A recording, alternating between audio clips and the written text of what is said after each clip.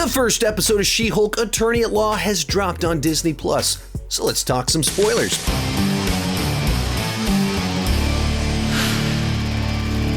Hi, my name is Sean, and I love to talk about movies and TV way too much. With that in mind, go ahead and join me down below in the comment section. Share your thoughts on the first episode of She-Hulk Attorney at Law. This is a spoiler review, so feel free to spoil away. And if you haven't seen the episode yet, I have put out a spoiler-free review. You can check it out somewhere right up here.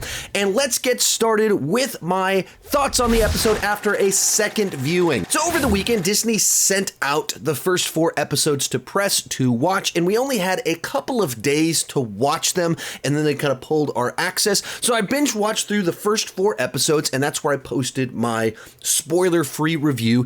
And in general, while I like the cast, it has some really funny moments. There's some ideas and some interesting things they were doing in the way they're exploring the MCU from the perspective of someone that's not trying to be a superhero and not trying to save the world. I dug all of that, but I found the humor to be hit or miss, and I felt like it didn't actually exist within the MCU. It felt too different, too silly, too over the top to fit in the MCU. And in particular, in the first episode, I felt the lead character, She-Hulk, Jennifer Walters, was unlikable because of the way she interacted with Hulk. So I was very curious to rewatch the episode and see if it played differently. When I've seen the other episodes, when I know kind of where it's heading and what it's setting up, if I rewatch the episode with a couple of days to process it, reading a lot of your comments, reading some of your defenses potentially of why the character was behaving the way she was, would the episode play different for me in light of all of that? And unfortunately, I wouldn't really say it did. I would say it amplified both ends of the spectrum of, I was like, yeah, Tatiana, she's great. She's like really fun and just has a real charming way of delivering lines, her facial expressions, her reactions, her chemistry, her timing.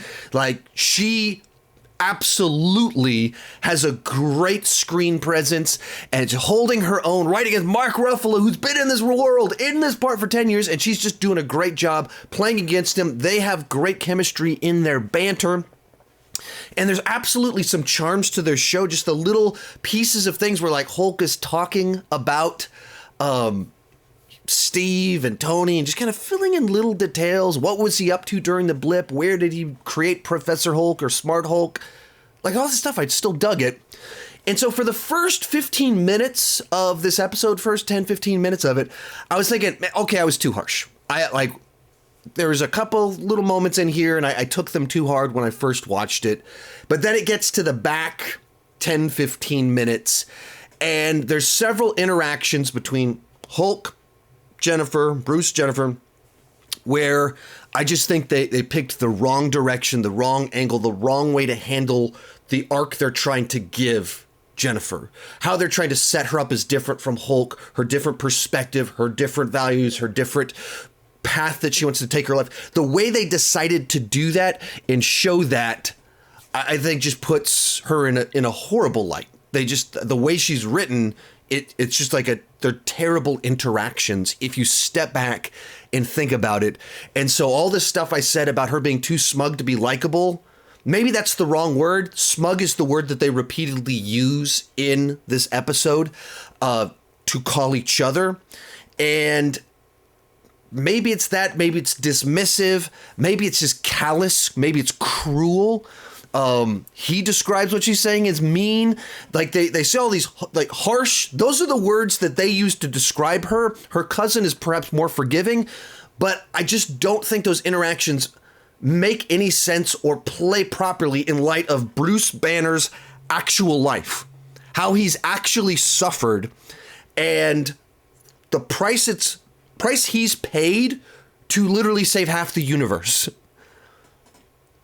Interpret the dialogue, that they're having in light of that, and it just plays very, very differently. And so that's why the character in the first episode in particular just comes off really off to me.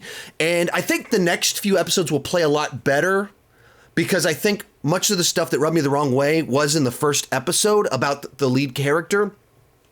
And it's not really in the other ones because it's so much about her way she interacts with the Hulk. I was like, this is a terrible way to do this. So all the stuff that I liked more, and all the stuff that I didn't like, which was mostly about the way that Jennifer talks to Bruce in the context she's talking to Bruce, still really didn't like it, still really put her in a bad light.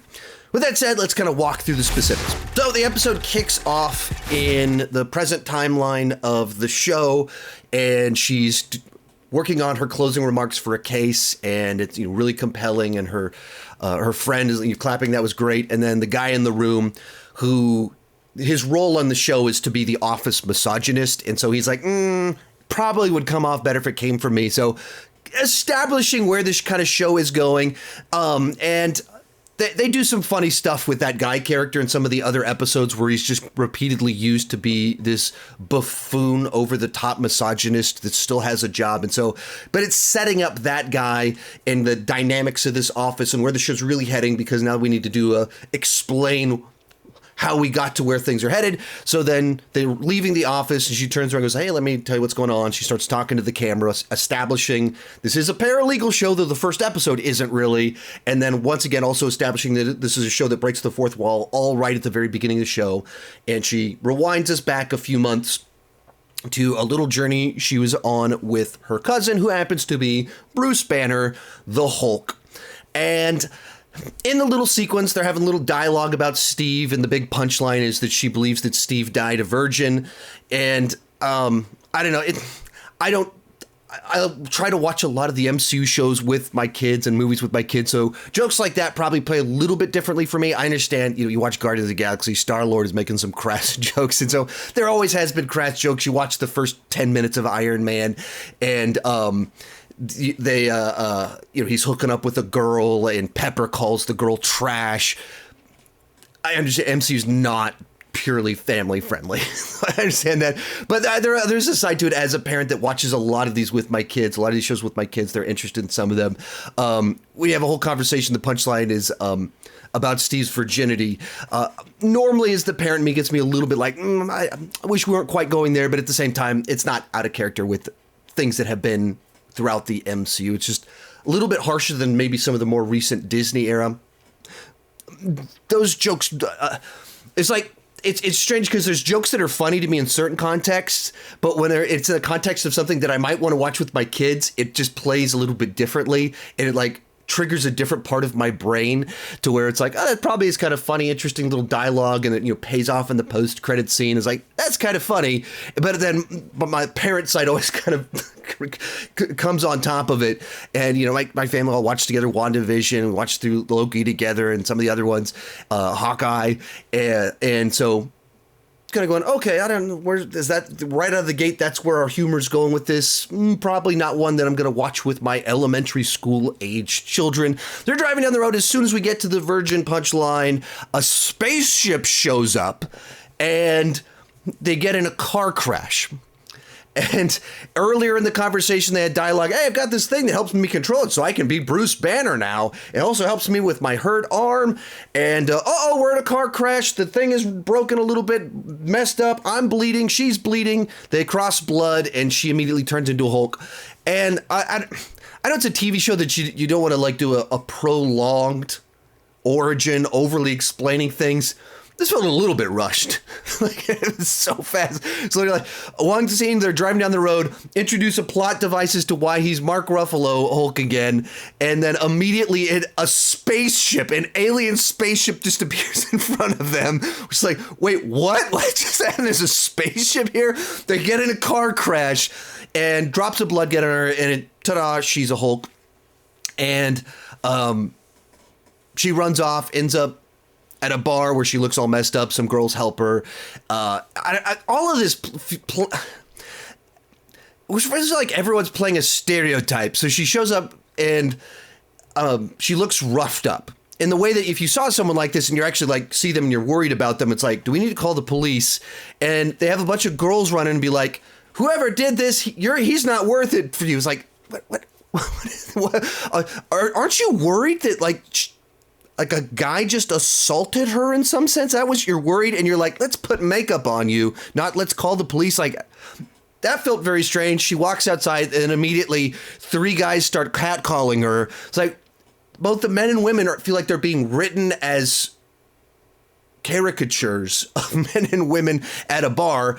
And so they catcall her, so it makes her mad. So she hulks out for a second, scares them off, and then wakes up at Hulk's Island Resort. So on Hulk's Island Resort, you get some of the little fun moments that I liked where it just kind of filled in some details on the world of the MCU. Like what was going on during the blip and how did Hulk have a lab? Where did he have a lab to create Professor Hulk, Smart Hulk, whichever one you want to call it? And you kind of fill in the gaps of Tony helped him out, gave him a location where he could do some of this stuff safely away from other people and have his own little lab. It's just little details like that and like, you know, little letters carved into tables and how they had conversations and Iron Man helmets just kind of sitting on stands and stuff. I like those kind of little details that just make it feel lived in, fleshed out. There was 5 years there. What exactly was he doing for that time? Where was he at? There are questions I wasn't really asking, but having them just kind of casually through a plot where we need a place to train her, answering those questions, I kind of dig little details like that. So we kind of go into the lab and they start having conversations where she's like, hey, fix me, give me the bracelet thing. I want to go back to my life. He's like, I can't do that.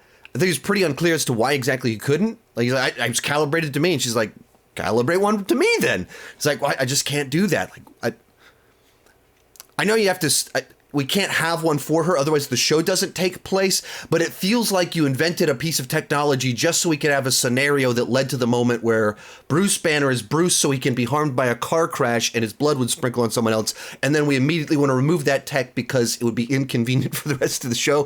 So that's just like, there's several things in the first little few minutes of this where it felt like we had to like really compress storytelling and cut some corners together. Like, I don't really care. Like, I don't really want to overthink that. But I was watching it being like, why can't she have one of those? Like, why are you just dismissing everything that she's saying here?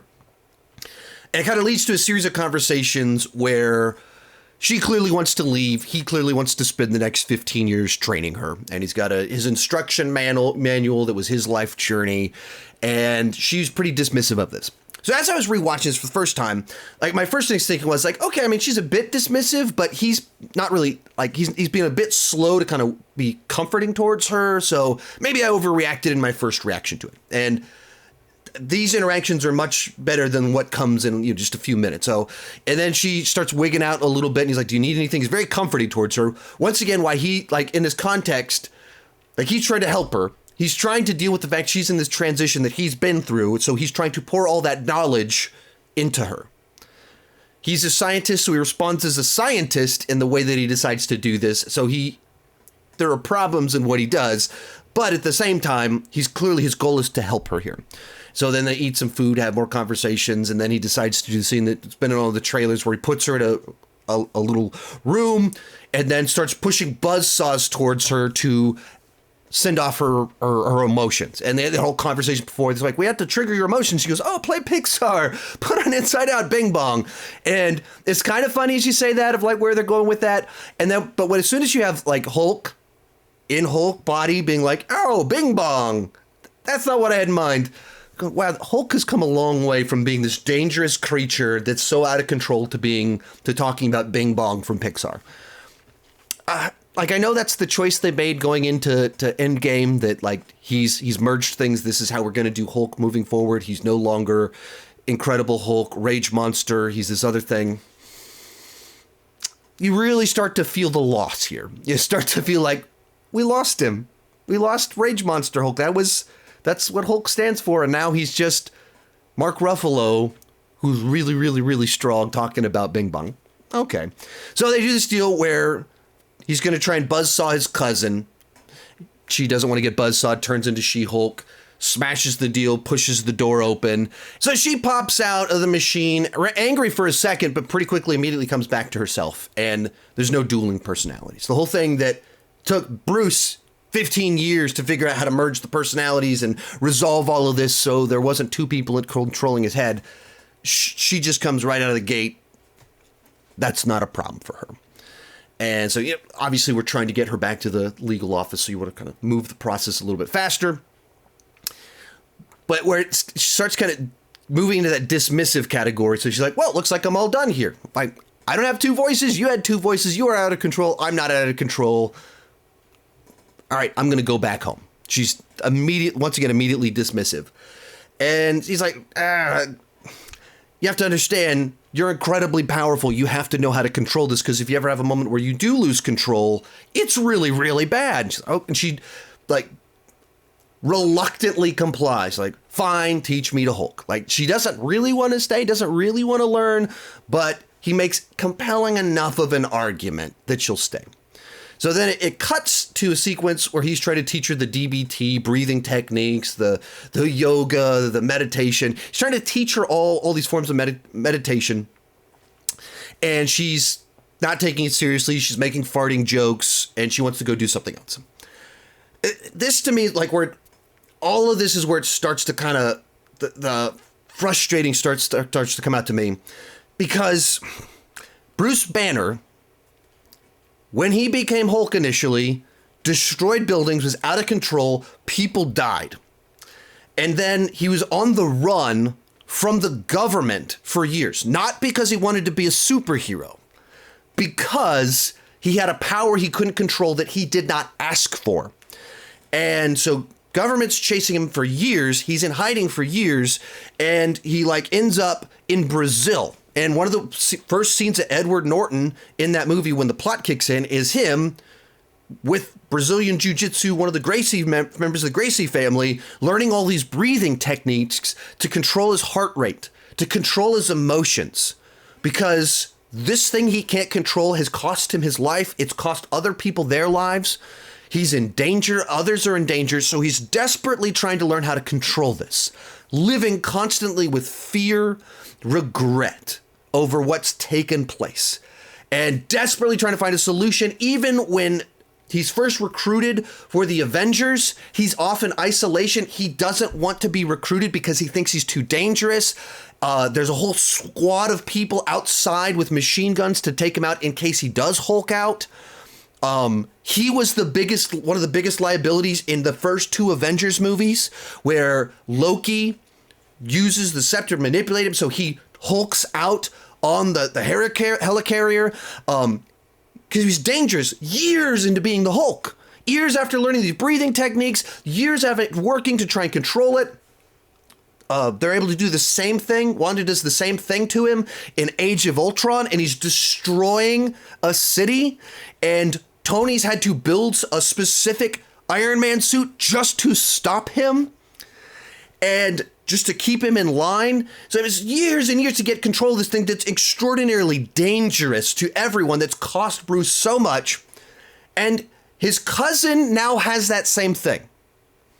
And he's trying to stop her from killing people, destroying buildings, being a fugitive. And she won't even learn a breathing technique without turning it into a joke. I know it's a comedy show. I know it's supposed to be more lighthearted.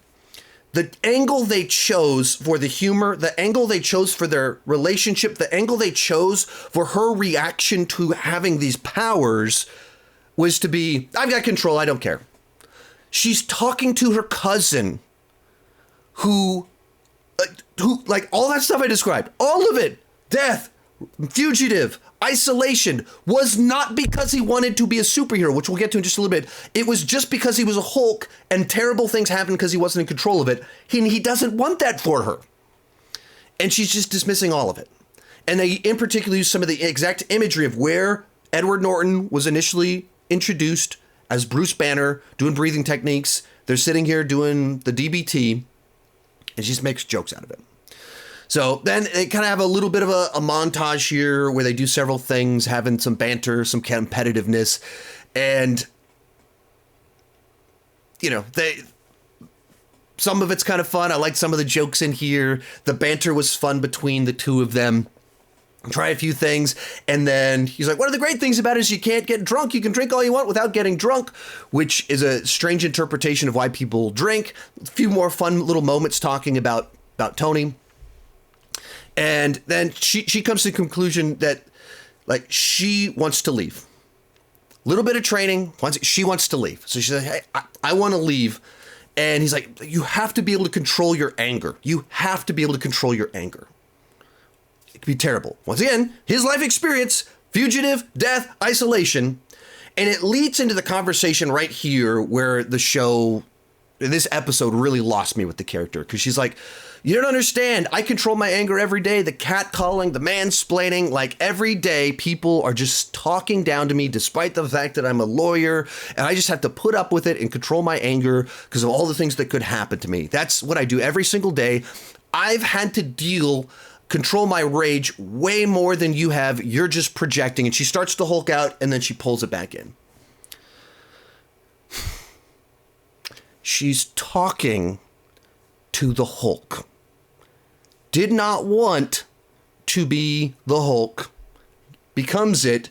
Thunderbolt Ross hunting him for years, trying to kill him, lock him up, experiment on him, cut him up into pieces, and reverse engineer whatever happened to him so he could make super soldiers.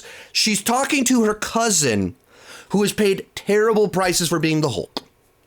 Terrible.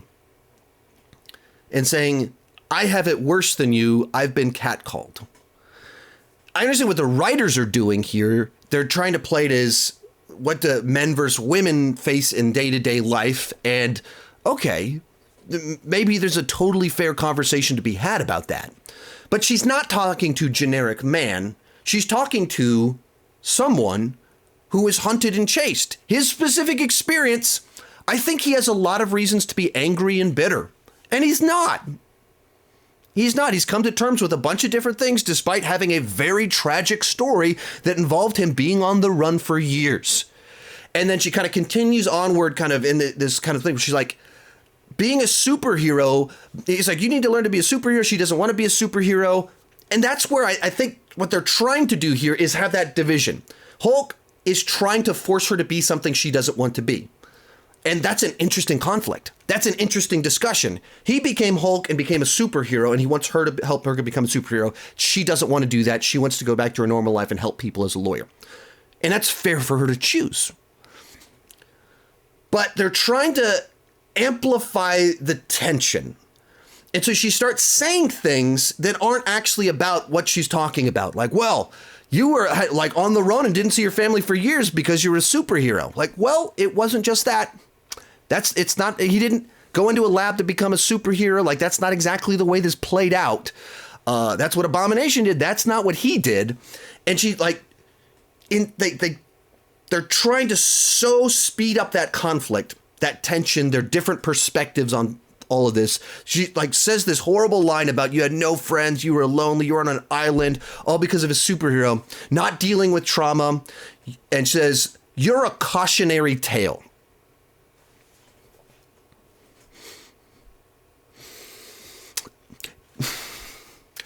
She's talking to the guy that defeated the army that was invading New York, that helped stop the Ultron bots, that because of his powers was able to do the snap that undid the blip. Like, she's talking to someone that literally saved half the universe because of this whole superhero thing. And she calls him a cautionary tale. Now, it's totally fair for her to not want his path and not want to be a superhero. But she's saying horrible things to him that are not strictly just about him being a superhero.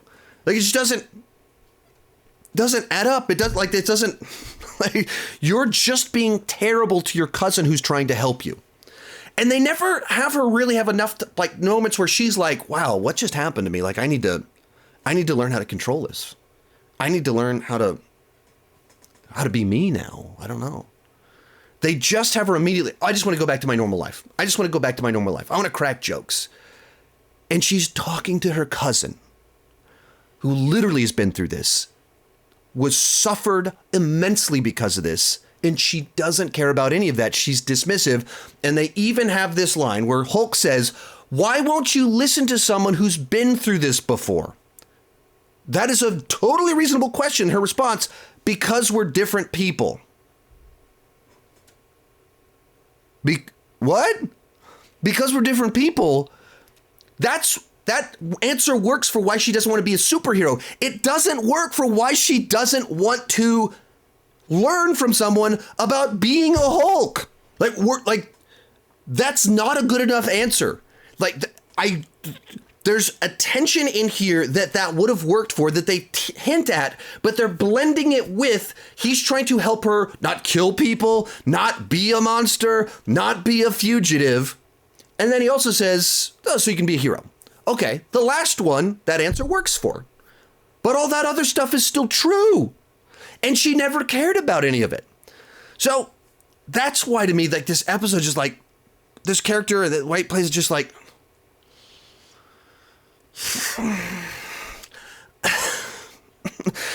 that's such a terrible way to introduce a character. And I don't know if it plays differently because a bunch of people haven't rewatched Incredible Hulk and forget. They haven't rewatched the early phases of the MCU to remember oh yeah, Hulk was on the run. He kind of had a terrible existence. He was alone because he couldn't control his powers. He sees his cousin as the same powers. He wants to help her control her powers, not have to live with the regret, not have to live as a fugitive. And she doesn't seem to value anything that he's offering. And literally her excuses were different people. We're different people, but the only two people that have this Hulk thing, maybe Abomination thrown in there. If you go through a dramatic life change in a normal person, everyone goes and talks to someone else going through the same thing. Doing normal life transitions. You buy a house, if you're about to have kids, you talk to someone that has had a similar experience to get advice on it. She's going through something extraordinarily abnormal that legitimately, why would she not look at her cousin oh man, how do you control this? what do we need to do? None of that. She's just dismissive. And so many people in my comments over the last several days have been they're cousins, they have banter. No. Cousins do have banter, and that's where it fits in certain scenes. Cousins don't have relationships where it's I'm going through something terrible, something traumatic. Let me talk down to my cousin that's trying to help me. They're not the same interaction. It's not the same thing. And that's what this did. It continues onward even to their final interactions. I'm the only person in the world who understands what you're going through. And very true. And she says, thanks for everything. And I'm sorry I said a bunch of harsh but very true things. And then he responds to make it a joke. Wow, an apology. It still doubles down on all the things you're apologizing for. How lawyerly.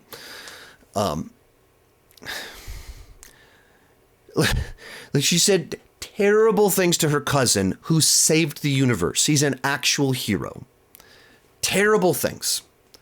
Terrible things to her cousin who has suffered because of this thing that she is now going through. He's trying to stop her from going through the thing that he's going through. And she doesn't care. So that's where, kind of why did it, I used the phrase in my review, she's too smug to be likable. And people are what about Tony Stark? He's smug. Okay, that's fair. Yeah, he is smug. What about Doctor Strange? Okay, yeah, he's smug. What about Hulk? He's smug. Well, he's arrogant, yeah. Context matters. Tony Stark is smug, but then when he's in a cave and broken, he's not smug to the guy with him there in the cave. Doctor Strange is smug, and he's insufferable for the first 15 minutes of his movie. He's terrible to Christine. Horrible. You don't like him at all for a while there. And then he shows up somewhere and sees all these other realms, and then he begs, teach me. He's humbled. The whole arc is learning humility. That's his arc. Throughout, all of his movies, it's his arc, learning humility. Learning that he doesn't know everything.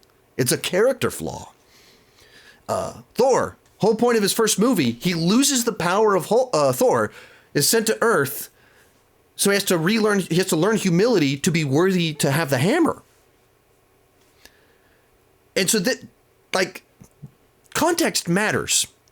And so when you have a character has something traumatic happen to them that happened to their cousin's trying to help, and he's got a little bit of his own hey, we're going to be this, that's wrong on him. He's a little bit too scientific. That's wrong on him. But the whole time she's dismissive of all of his help. She doesn't take it seriously. She just wants to leave. It rings hollow, and it makes her seem unlikable because it's not a normal human reaction. It's not normal. And she's talking down to someone that I care about. I've been watching Hulk in this continuity for 14 years now. I went on that journey for several years of him being isolated, alone, and trying to work through all of this. She's his actual cousin, and like her interpretation of it is horrible. That's why this first episode kind of rubbed me the wrong way. And then it cuts back to the main timeline, and she's like, well, now we're all cut up, and I was right, and Bruce was wrong. I never have to be a Hulk. That word smug that the episode used, like, even if you are right, even if you left and never became Hulk, never had to use those powers, even if that did play out, that wouldn't mean that he was wrong. It's not like he had an irrational fear. It's not like he was being paranoid. She gained the power that he gained, and he had to figure out, and she needed to figure out how it worked, how to control it. That was all true. Even if she leaves and has control, and she's got it, you still needed to figure that out first. And that's the stuff where, like, the back half of this episode just was like, ugh, this was not the right way to write this. You got the right actress. You have a chemistry between the two leads. The actual proper interesting concept there is she doesn't want to be a superhero. So instead of doing this whole thing where she's dismissive of learning to control her powers, play it as she's like, okay, I need to control this because I want to go back to my normal life. And he's like, no, you need to control it so you can learn to be a superhero. Play it like that. Play it like that. That's an actual reason. He shouldn't be telling her what to do with her life. But you make it so that she's like actually wants to learn the piece to it, learning control of it, that is totally reasonable. And so you have them go through it, and he realizes along with her, like, you're actually progressed much faster than I am. You actually have control right from the beginning. Oh, you're able to do this. And so the conflict isn't she's dismissive of him helping her. Have it that she's dismissive because he has a different vision for her life than she has for her life. She doesn't have to be a superhero just because she has powers. She doesn't have to follow the path that he went down. He's wrong about that. That's what he's wrong about. He's not wrong about all the training. He's not wrong about needing to have control, being able to understand that this is really dangerous. He's right about all of that. And so the way they wrote it, there was a version of this that immediately I would have liked a lot more.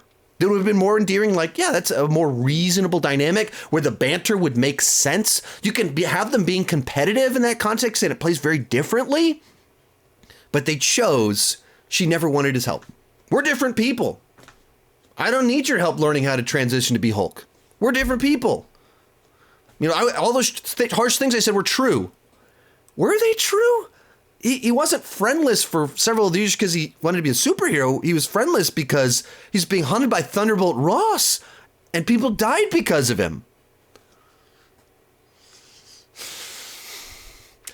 Just frustrating. Like, I don't want to be negative. I want to be entertained, and so a lighthearted show that goes in a different direction, explores the MCU in a different way, I'm all on board for that.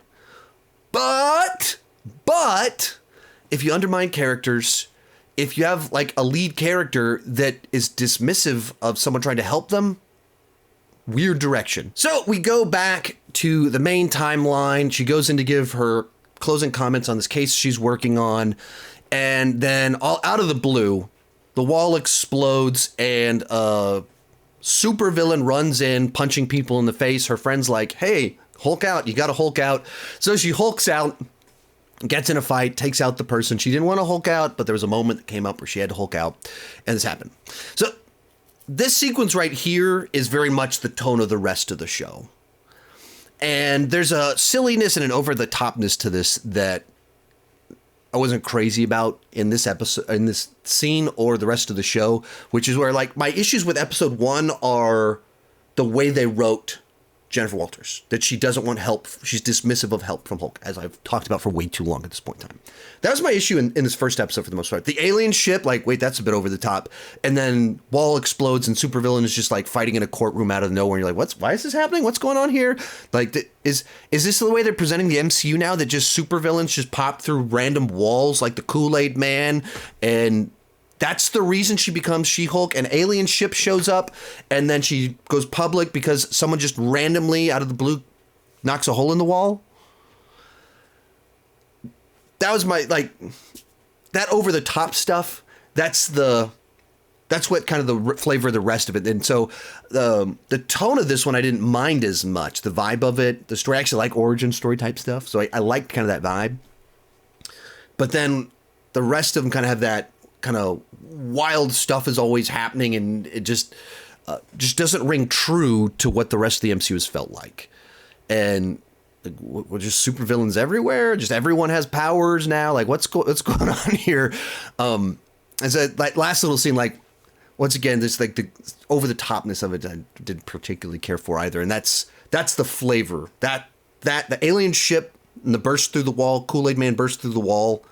That's the next 3 episodes, the stuff that more played off for me in those ones. And Jennifer Walters was much more pleasant and likable in the next 3 episodes. So to interpret my review of the 4 episodes that I've seen, there you have it. So anyway, as of right now, I don't really know what the general consensus is on this show.